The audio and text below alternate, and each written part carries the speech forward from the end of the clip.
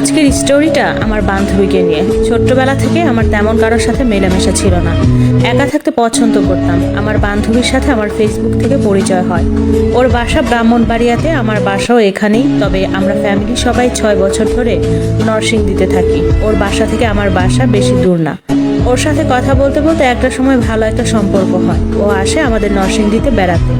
আমি ওর বাসায় অনেকবার যাই। আমার একটা ছেলের সঙ্গে সম্পর্ক ছিল। ও সব সময় আমাকে সাপোর্ট করতো। আমাদের ঝগড়া হলে ও সব ঠিক করে দিত। আমার বয়ফ্রেন্ড ছিল সৌদি আরব। আমাদের সম্পর্ক 1 বছর ধরে ছিল। সে 2 মাস আগে দেশে আসে আমাকে বিয়ে করবে বলে, 2024-এর আগস্ট মাসের 4 তারিখে। আমার জীবনের কাল হয়ে দাঁড়ায়। আমি আমার বান্ধবীর বাসায় বেড়াতে যাই। যেহেতু ওর সাথে আমার ভালো সম্পর্ক ছিল, তাই বাসা থেকে আমাকে একা যেতে দেয়। আমার ছোট বোন সব সময় আমার সাথে সব জায়গায় যেত। ওর পরীক্ষা থাকার কারণে আমাকে একা যেতে হয়। কিছুদিন আগে ওর বড় ভাই বাহির দেশে ছিল, সে বাংলাদেশে আসে আমি ওর বাসায় যাবার পর। ওর ভাই সবাই মিলে আমাকে অনেক আদর করে, সম্মান করে। আমাকে ওর ভাই সবসময় ওর রুমে ডাকতো গল্প করার জন্য। আমি যেতে না চাইলে এক প্রকার জোর করেই নিত। 3 দিন ভালোই কাটলো। একদিন রাতে আমার ফোনের চার্জার খুঁজে পাচ্ছিলাম না, তো আমি ওর ভাইকে নক করে বলি, আপনার রুমে কি আমার চার্জার? সে কিছুক্ষণ পরে বলল, হ্যাঁ এসে নিয়ে যাও। তখন রাত 1টা বাজে, সবাই ঘুমিয়ে যায়। আমি অনেক ভয় পাচ্ছিলাম। আবার ভাবছিলাম অনেকদিন ধরেই তো আছি, ভাইয়ের মধ্যে খারাপ কিছু দেখতে পাইনি, তাই আমিও চার্জারটা আনতে যাই রুমে ঢোকা মাত্র কে যেন দরজার পেছন থেকে আমার মুখ চেপে ধরে ধাক্কা দিয়ে খাটের উপর ফেলে দরজা বন্ধ করে দেয়, লাইট বন্ধ করে দেয়। আমি চিৎকার করতে যাব, এমন সময় আমার মুখ বেঁধে ফেলে, হাত দুটো বেঁধে ফেলে, আর সে আমাকে ধর্ষণ করে। চোখ দিয়ে পানি গড়িয়ে পড়ছিল, আর আমার প্রিয় মানুষের কথা মনে পড়ছিল। কিছুদিন পরে আমাদের বিয়ে করার কথা ছিল। সব যেন এক নিমিষে শেষ হয়ে গেল। 30 মিনিট পরে আমার হাত মুখ খুলে দিয়ে বলল, আমি যদি কাউকে কিছু বলি তাহলে আমাকে এখানে মেরে ফেলবে। আর অনেক ভয় দেখায়। আমি আমার মধ্যে ছিলাম না, যেন কোনো এক জগতে হারিয়ে যাই। কি হলো আমার সাথে, এখন আমি কি জবাব দিব? পরের দিন সকালে সে আমাকে একটা মেডিসিন এনে দেয়। সেটা আমার বান্ধবী দেখে ফেলে। আমি ওর হাতে পায়ে ধরে সবকিছু বলি, ও বিশ্বাস করে না। ওর ভাই নাকি এমন কিছুই করতে পারে না, আমি নাকি অন্য কারোর সাথে ফিজিক্যাল রিলেশন করেছি। এই সব কিছু আমার বয়ফ্রেন্ডকে আমার বান্ধবী বলে। আমি জানতাম না ও এমন কিছু করতে পারে। তারপর আমার বয়ফ্রেন্ড আমাকে কল দেয়। সব কিছু জেনেও ও নর্মালভাবে বিহেভ করে। আমাকে বলে কালকে দেখা করতে হবে। আমিও বলে দিই হ্যাঁ। তারপর আমি নরসিংদীতে চলে আসি।